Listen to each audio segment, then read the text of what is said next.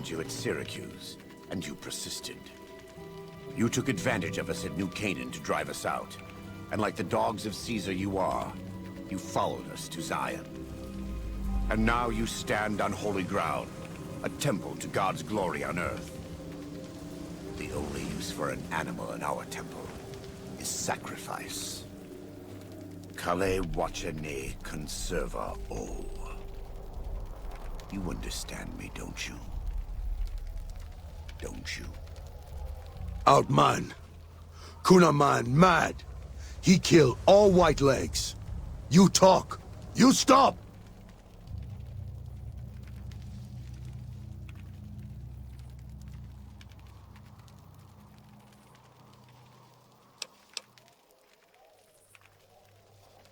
You can no nikumpa me. Deya you! That is...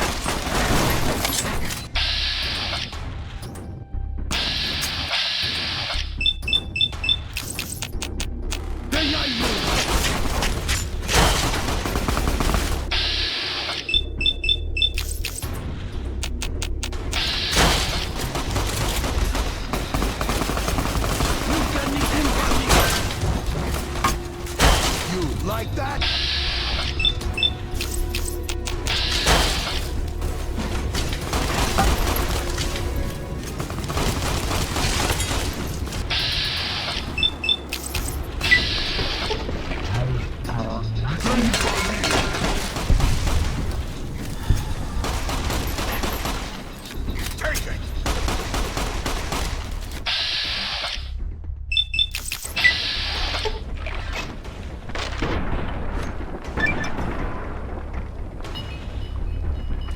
It's the same end he would have met if he had died on his knees. But I suppose this was for the sake of the dead horses and sorrows.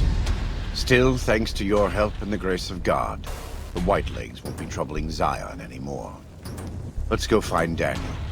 Tomorrow we'll be here soon enough, and there is much to do.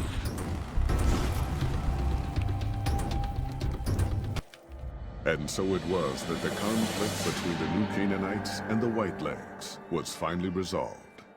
The courier's involvement had tipped the scale, shifting the fragile balance of power.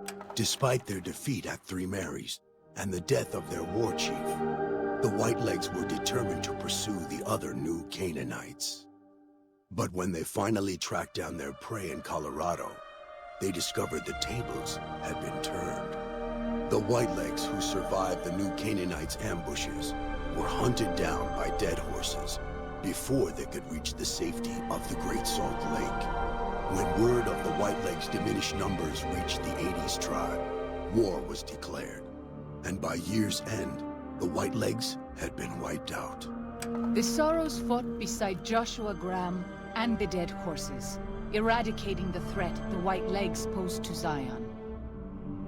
When the courier and Joshua Graham felled Salt upon wounds, their victory was celebrated with a great feast. The Sorrows' transformation from a peaceful, timid tribe into a proud and warlike people broke Daniel's heart. He tried to take solace in the knowledge that they would remain in Zion, but it was a small comfort. The Sorrows' innocence was lost. Having helped eradicate the Whitelegs from Zion, the dead horses returned to Dead Horse Point in triumph. They remained neutral toward the Sorrows, but as years went on, there were periods of competitive friction, even violence between the tribes. The New Canaanites, Daniel especially, intervened regularly as mediators, but found it difficult to reconcile the tribes' conflicts. The defeat of the Whitelegs in Zion marked a turning point in the fortunes of the Happy Trails Caravan Company. Every 2 months, the caravan met with the New Canaanites in Zion Valley to trade. Happy Trails soon returned to prosperity. The vigilance of the Sorrows and dead horses in defending southwestern Utah, initially startling to Happy Trails caravans, soon proved a blessing. The tribes united against the 80s, driving them back from Highway 50, and thus opening yet another trading route for Happy Trails caravans. Waking Cloud was distraught when she learned of her husband's death. but took comfort from her tribe and the compassion of the new Canaanites. She forgave Daniel for having concealed her husband's fate from her, and learned to accept his fate. When her grief faded, she took a husband from the Dead Horse tribe. At her bidding, he stayed close to home. Though the courier had stopped Joshua Graham from executing Salt-Upon Wounds, the war chief still fell in battle. The Whitelegs defeated at Three Marys. Joshua led the Sorrows and Dead Horses in tending to their comrades and burning the corpses of their foes. He continued to advocate militant opposition to the enemies of New Canaan, and showed little quarter to those he fought. And yet he was changed. He no longer reveled in the brutality and cruelty for which he had been known in his former life. His inner demons, if not extinguished, were at the least appeased. For years after the defeat of the Whitelegs, Daniel did his best to minister to the Sorrows' spiritual needs. Try as he might, he could not hold back the tribe's increasing militancy and reverence of Joshua Graham. Demoralized, he returned to his family in Dead Horse Point.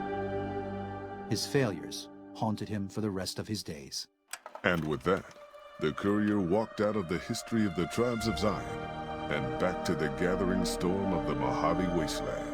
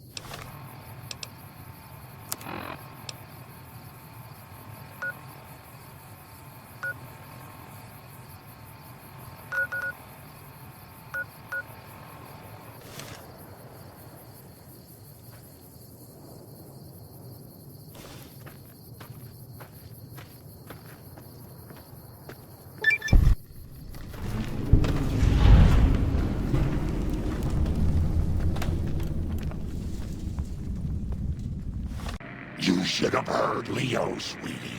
He laughed and laughed when that old man in the box exploded.